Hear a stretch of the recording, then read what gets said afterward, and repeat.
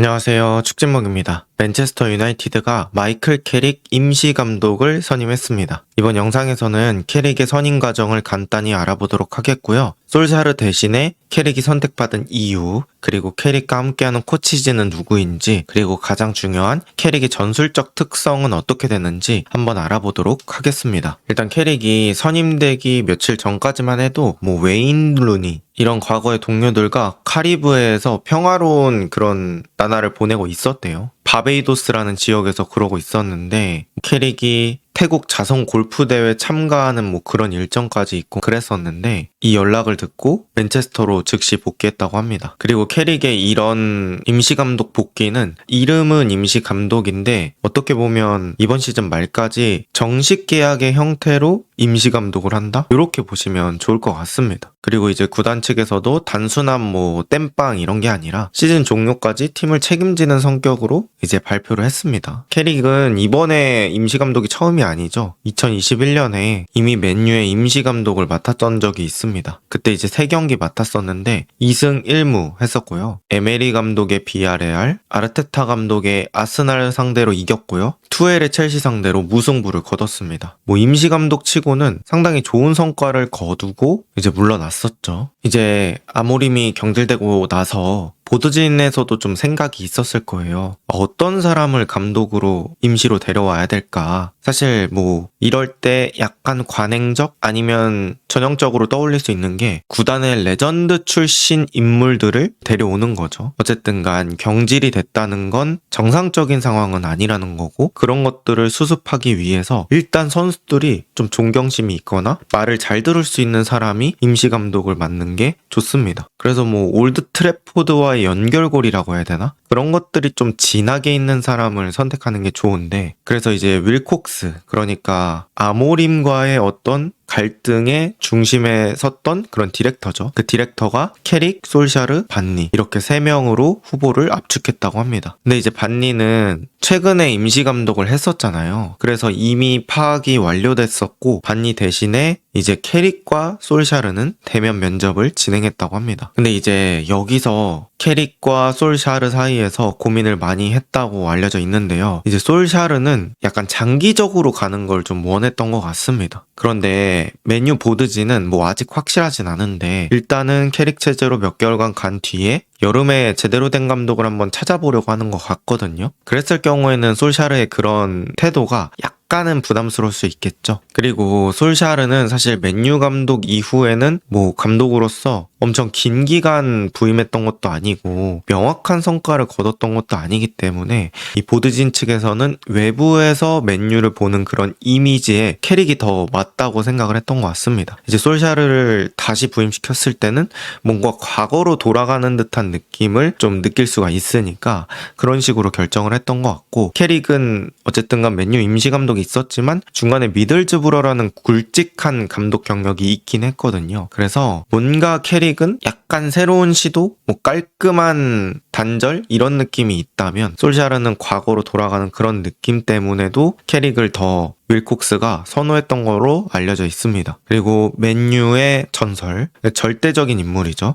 이 알렉스 퍼거슨 전 감독이 캐릭의 선임을 적극적으로 지지했다고 합니다. 또 윌콕스 단장, 베라다 CEO 둘이 항상 뭔가 OT에서 경기 볼 때 나란히 앉아 있는데요. 어쨌든 감독 선임할 때는 아무래도 디렉터가 가장 일을 많이 하고 큰 역할을 하기 때문에 이 윌콕스 단장이 캐릭으로 제안하고 나머지의 동의를 받는 그런 그림으로 진행이 됐다고 하고요. 윌콕스가 캐릭으로 제안했을 때 베라다나 래클리프, 글레이저 같은 구단주 그룹에서도 딱히 그거에 대한 반박은 없었고 대부분이 다 믿어주는 식으로 그렇게 결정이 됐다고 합니다. 어쨌든 퍼거슨도 그렇게 지지를 했고 구단 수뇌부들도 오케이 했으니까 캐릭으로 안 갈 이유가 없었겠죠. 그래서 캐릭으로 정해졌다. 이렇게 보시면 좋을 것 같습니다. 이제 캐릭에 대해서 조금 더 자세하게 한번 알아볼 텐데요. 캐릭은 이 철학이라는 거창한 단어를 쓰는 걸 별로 안 좋아한다고 해요. 대신에 되게 실질적으로 효율적으로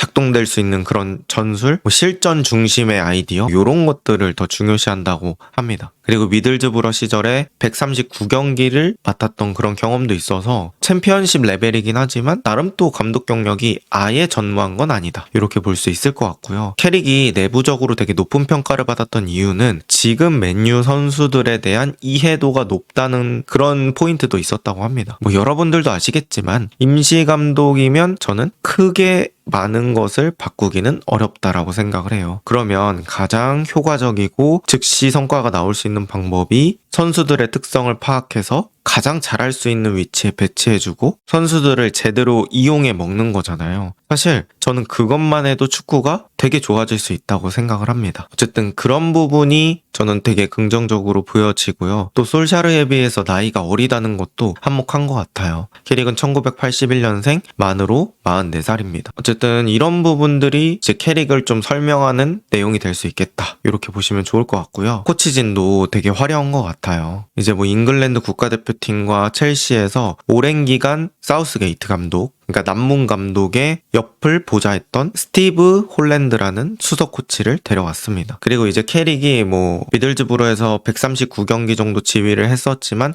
그럼에도 감독 경험이 많은 건 아니기 때문에 이 홀랜드의 베테랑다운 조언이 캐릭에게 또 큰 도움이 될 수 있겠다 이런 생각이 들고요. 또 미들즈브러 시절에 같이 스텝으로 함께했던 우드게이트도 합류를 했습니다. 그 다음에 플래처 체제에서 조니 에반스를 또 코치로 선임을 했었거든요. 2경기이긴 하지만 이 조니 에반스도 캐릭이 들어왔다고 해서 바꾸거나 그러지 않고 그대로 간다고 합니다. 그래서 뭐 캐릭이 임시 감독이긴 하지만 캐릭에 대한 지원은 어느 정도 빵빵하게 들어가고 있는 것 같아요. 그리고 실제로 감독들이 할 일이 정말 많거든요. 혼자서 그 많은 업무를 다 해낼 수가 없습니다. 뭐 인터뷰도 해야 되지, 선수단 관리도 해야 되지, 부상 체크도 해야 되지, 전술도 챙겨야 되지, 상대팀은 어떤 전술을 쓰는지도 확인해야 되지, 뭐 세트피스 신경 써야 되지. 이거는 뭐 아주 간추려서 얘기한 거고 구단 내에서 디렉터와 얘기도 해야 되고요. 뭐 본인의 가족과 시간도 보내야 되고요. 쉬기도 해야 되고요.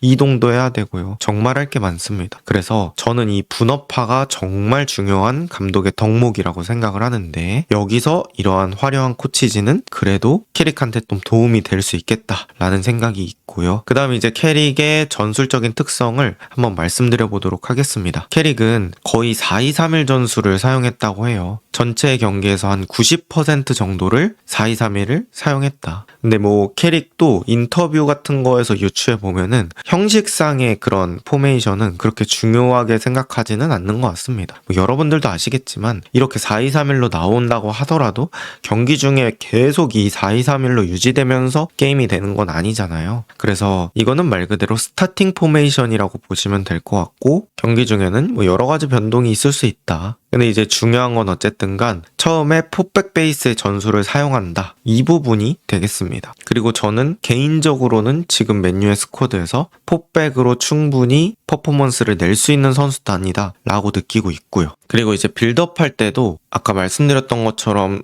기존에 나왔던 포메이션에 국한되지는 않습니다. 지금처럼 레프트백은 위로 올리고 라이트백은 내려가서 3센터백을 구성합니다. 그리고 오른쪽 윙어를 내리고 그 앞에 수비형 미드필더 또 2명을 배치하면서 지금 그림처럼 3-4-3 내지는 뭐 3-2-5 체제로 빌드업 할 때가 있습니다. 그리고 미들즈브러에서 캐릭 감독이 이 포메이션을 작동시킬 때 레프트백의 공격적인 기여가 되게 중요했었다고 합니다. 그때 당시에 레프트백 자일스라는 선수가 22-23 시즌 챔피언십 크로스 횟수가 1위라고 해요. 461개. 그래서 만약에 맨유에서도 비슷하게 간다고 하면 왼쪽이나 오른쪽 중에 하나를 좀 올리는 게 많을 텐데 그럴 때는 루크쇼나 도르구 혹은 달로나 마즈라위 같은 선수들의 공격적인 기여가 또 중요해질 것 같습니다. 그리고 이 부분이 어떻게 보면 캐릭의 전술을 좀 예측해 볼 수 있는 핵심적인 부분이에요. 캐릭이 미들즈브러에 있을 때 점유율은 리그 3위, 그 다음에 롱패스의 비율은 리그 22위였습니다. 그러니까 기본적으로 점유율을 많이 가져가면서 롱패스는 최대한 자제하는 그런 전술을 사용했다는 거죠. 뭐 여기까지만 듣더라도 여러분이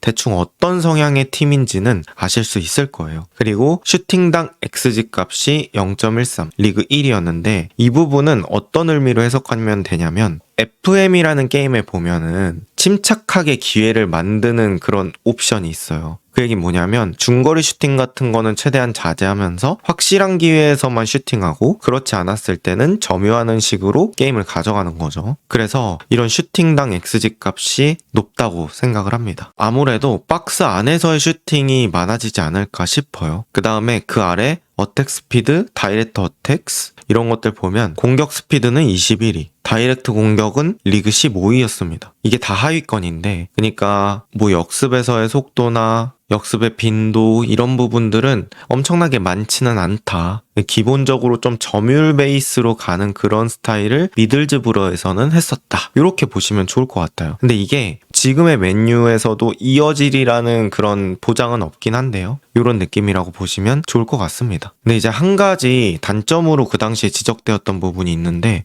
바로 역습 상황에 취약하다는 평가를 받을 때가 있었어요. 뭐 여러분들도 아시겠지만 점유율 베이스의 팀에서 나타나는 뭐 가장 일반적인 단점이죠. 높이까지 올라와서 빌드업하면서 공을 돌리기 때문에 뒷공간이 자연스럽게 나올 수밖에 없습니다. 그리고 이제 공격과 수비의 특징을 조금 더 알아보자면 공격은 좀 창의적인 개인 능력을 강조할 때가 많다고 해요. 이게 뭐 임시 감독으로서는 적합한 특성으로 보입니다. 그런데 선수 컨디션이 안 좋을 때는 조금 고전할 수 있다.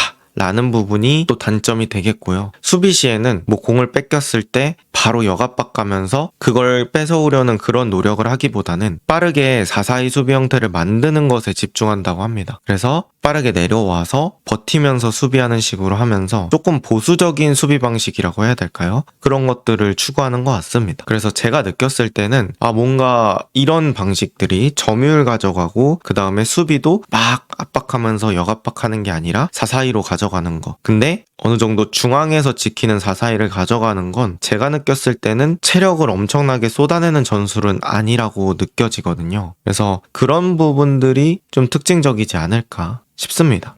그래서 이제 맨유가 캐릭 체제 아래서 첫 경기를 하게 됐는데 그게 바로 맨체스터 더비예요. 저는 사실 맨유는 임시 감독이기도 하고 그러다 보니까 승리를 하는 게 그렇게 쉬운 일은 아닐 것 같다. 그러니까 승리도 중요한데 그것보다는 이번 경기에서 어떤 축구를 하는지에 대한 가능성을 보여주는 게 더 중요하지 않을까 싶고요. 사실 지금 시티의 분위기가 나쁘지 않아요. 그래서 제가 느꼈을 때는 시티를 완전히 잡아먹기 위해서는 일단은 동기부여를 많이 자극해서 많이 뛰는 플레이를 요구하는 게 어떨까라는 생각이 많이 들고 있고요. 지금 이제 맨유가 리그 7위예요. 근데 리그 5위인 브렌트포드와 승점 1점 차입니다. 그래서 저는 맨더비에서 결과에 따라서 충분히 챔스권까지 다시 갈 수 있는 그런 경기라고 생각을 하거든요. 그래서 맨유 입장에서도 첫 경기이기도 하고 승점 차도 저렇게 구성이 되어 있다 보니까 충분히 동기부여가 되는 경기이다. 그래서 또 리버풀의 결과에 따라서 4위권까지 노려볼 수도 있기 때문에 이번 맨더비 정말 치열하게 진행이 될 것 같습니다. 새로 맨유에 부임한